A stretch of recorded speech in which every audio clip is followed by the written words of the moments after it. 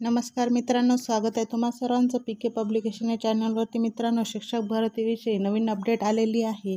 काय आहे हे नवीन अपडेट आपण बघूया। शिक्षक भरती 2024 अनुकंपा तत्वावरील शिक्षकांना TET अनिवार्यतेबाबतचा मोठा निर्णय घेण्यात आलेला आहे। मग आता काय होणार हे आपण यामध्ये बघणार आहोत। जे अनुकंपा तत्वावर शिक्षक म्हणून भरती झालेले आहे त्यांच्याकरता TET अनिवार्यतेबाबत सरकारने मोठा निर्णय घेतलेला आहे। चला या निर्णयाविषयी आपण जाणून घेऊया।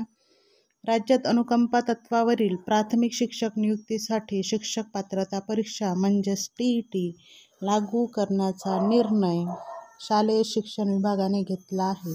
म्हणजे जे अनुकंपा तत्वावरील प्राथमिक शिक्षक नियुक्ती आहे त्याकरता TET लागू करण्याचा निर्णय शालेय शिक्षण विभागाने घेतलेला आहे। त्यामुळे अनुकंपा तत्वावर काम करत असलेल्या शिक्षकांना केंद्रीय शिक्षक पात्रता परीक्षा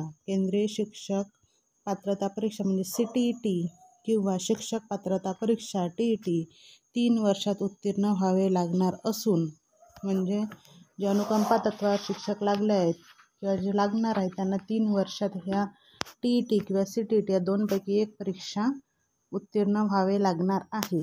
आणि पात्रता न मिळवल्यास संबंधित उमेदवाराची सेवा समाप्त करण्यात येणार आहे, असा निर्णय गव्हर्नमेंटने घेतलेला आहे। म्हणजे अनुकंपा तत्वावर जे लागलेले शिक्षक आहे त्यांनी 3 वर्षात या दोनपैकी एक परीक्षा पास होणे आवश्यक आहे।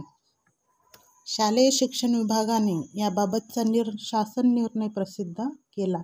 राष्ट्रीय शिक्षक शिक्षण परिषदेने म्हणजे NCTE 23 ऑगस्ट 2010च्या अधिसूचनेद्वारे 1ली ते 8वीच्या प्राथमिक शिक्षकांसाठी किमान शैक्षणिक आणि व्यावसायिक पात्रता निश्चित करत शिक्षक पात्रता परीक्षा अनिवार्य केली। त्यानुसार राज्य शासनाने 13 फेब्रुवारी 2013 आणि 6 मार्च 2013 शुद्धीपत्रक रोजीच्या निर्णयाद्वारे राज्यातील प्राथमिक शिक्षकांसाठी किमान व्यावसायिक पात्रता निश्चित केली। त्यात केंद्रीय शिक्षक पात्रता परीक्षा CTET किंवा शिक्षक पात्रता परीक्षा TET अनिवार्य करण्यात आली। 20 जानेवारी 2016च्या शासन निर्णयानुसार अनुकंपा तत्वावर नियुक्त शिक्षण सेवकांना शिक्षक पात्रता परीक्षा उत्तीर्ण होण्यापासून सूट देण्याबाबत घेतलेला निर्णय NCTEच्या निर्णयाशी विसंगत आहे। त्यामुळे अनुकंपा तत्वावरील नव्याने नियुक्त होणाऱ्या शिक्षकांना TET उत्तीर्ण होणे अनिवार्य करण्याचा निर्णय घेण्यात आला। बघा मित्रांनो, जे अनुकंपा तत्वावर लागले किंवा यानंतर जे लागणार आहे त्यांना CET किंवा CTET पास असणं आवश्यक आहे। म्हणजे त्यांच्याकडे ते सर्टिफिकेट असणं आवश्यक आहे। या पार्श्वभूमीवर 20 जानेवारी 2016च्या शासन निर्णयातील परिच्छेद 3 मधील शिक्षक पात्रता परीक्षा, केंद्रीय भरती पूर्व निवड परीक्षा या दोन्ही परीक्षा उत्तीर्ण होण्याच्या अटीमधून सवलत राहील हा मजकूर वगळण्यात येत असल्याचे स्पष्ट करण्यात आले आहे। आधी ही सवलत देण्यात आली होती की केंद्रीय परीक्षा जी आपली आहे ती आणि जी महाराष्ट्राची ती वगळण्यात आली होती, ती देणे आवश्यक नव्हते, पण ती अट आता यामध्ये समाविष्ट करण्यात आली आहे।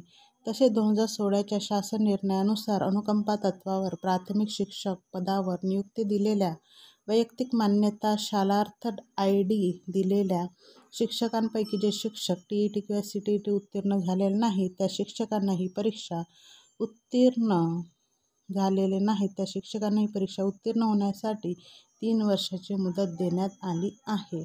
तर अनुकंपा तत्वावर संस्थांनी नियुक्ती दिलेल्या पण शिक्षणाधिकारी विभागीय शिक्षण उपसंचालक यांनी त्यास मान्यता किंवा शालार्थ ID दिलेला नाही अशा उमेदवारांनाही 3 वर्षात TET किंवा CTET बघा काय म्हटलं आहे ते,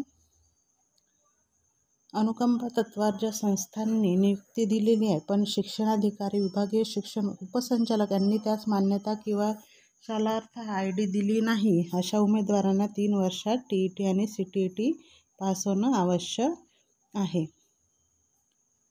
किंवा मग जर त्यांनी उत्तीर्ण नाही झाले 3 वर्षात तर मग त्यांची उमेदवारी सेवा समाप्त करण्यात येईल। त्यांची नियुक्ती अनुकंपा अशा उमेदवारांनाही 3 वर्षात TET किंवा CTET उत्तीर्ण होण्याच्या अटीवर अनुकंपा तत्वावर शालार्थ ID मान्यता द्यावी। 3 वर्षाच्या कालावधीनंतर TET किंवा CTET उत्तीर्ण न झालेल्या उमेदवाराची सेवा समाप्त करावी, मात्र त्यांची नियुक्ती अनुकंपा तत्त्वावर झालेली असल्याने त्यांना इतर पदावर नियुक्ती देण्याची कार्यवाही नियुक्ती प्राधिकाऱ्यांनी करावी, असं यामध्ये नमूद केलेलं आहे. संबंधित उमेदवारांची सेवा ज्येष्ठता संबंधित प्रवर्गात अंतिम क्रमांकावर राहील असे नमूद करण्यात आले आहे. बघा काय म्हणते, 3 वर्षाच्या कालावधीनंतर जर ते उत्तीर्ण नाही झाले तर त्या उमेदवारांची सेवा समाप्त करण्यात येईल म्हणते. मग मात्र त्यांची नियुक्ती अनुकंपा तत्त्वावर झालेली असल्याने त्यांना इतर पदांवर नियुक्ती देण्याची कार्यवाही नियुक्ती प्राधिकाऱ्यांनी करावी, असं यामध्ये म्हटलेलं आहे. तसेच त्यांची सेवा ज्येष्ठता संबंधित प्रवर्गात अंतिम क्रमांकावर राहील असंही नमूद करण्यात आलेलं आहे. बघा अशा पद्धतीची हे अनुकंपा तत्त्वावर लागलेल्यांसाठी नवीन नियम त्यांनी काढलेला आहे. तर सर्वांनी CTET किंवा TET पास होण्याचा नक्कीच प्रयत्न करा.